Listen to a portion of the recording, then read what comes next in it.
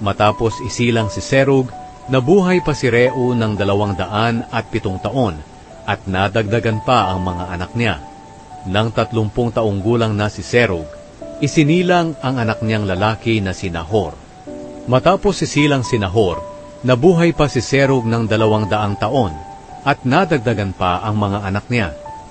Nang 29 na taong gulang na si Nahor, isinilang ang anak niyang lalaki na si Tera.